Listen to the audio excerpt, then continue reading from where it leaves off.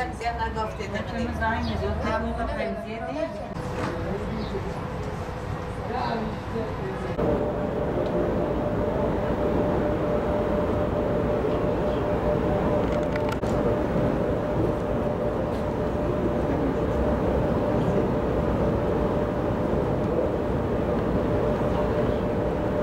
Ben oğlum için gelmişim buraya, Muhammed Can Bey için gelmişim buraya. 5 yıldır oğlumu kaçırmışlar, örgüt tarafında kaçırılmışlar. %70 raporludur. Her yerde onun ardından gezdim, hiçbir haber alamadım, onu görmedim. Ben oğlum için buraya gelmişim, oturma eylemine gelmişim. Ben oğlumu almadan buraya gitmiyorum. Ben oğlumu HDP'den istiyorum. HDP oğlumu daha kaçırılmış. Ben oğlum için buradayım, oğlumu istiyorum. Diyarbakır'da katılıyoruz. Oğlum pazar günü sabah dedi ben arkadaşların yanına gidiyorum, çıktı. Bir daha gelmedi. Akşam oldu, onun arkadaşları geldi, bizi çağırdı.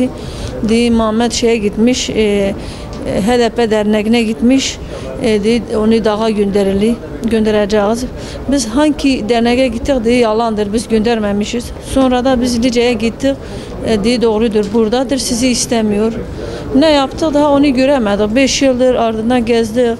Ne yaptık hiç onu göremedik. Sesini de dahi duyamadık. Onların elindedir oğlum. Oğlum hastadır, %70 raporludur. Kanı bitse düşüyor, aç olsa düşüyor. Yani onların elinde ne amaçla götürmüşler o çocuk? Hasta o çocuğu ne yapacaklar? Ben oğlumu istiyorum. Dalağı kanı yiyordu. 2 ayda bir kan veriyorduk. Talasemi hastası, major. Talasemi hastasıydı. Kanı nerede bitse orada kan gerek verilecektir. İstemiyor hiç kimsenin çocukları gitmesin. Herkesin çocukları geri dönsün. Analar günahtır. Ben kendim biliyorum. 5 yıldır ne gecem var ne gündüzüm var. Ben hasta olmuşum, şeker hastası olmuşum. Ben her yeri gezdim. Ben ne yaptım? Ben hiçbir şey doyamadım. Sesini dahi doyamadım.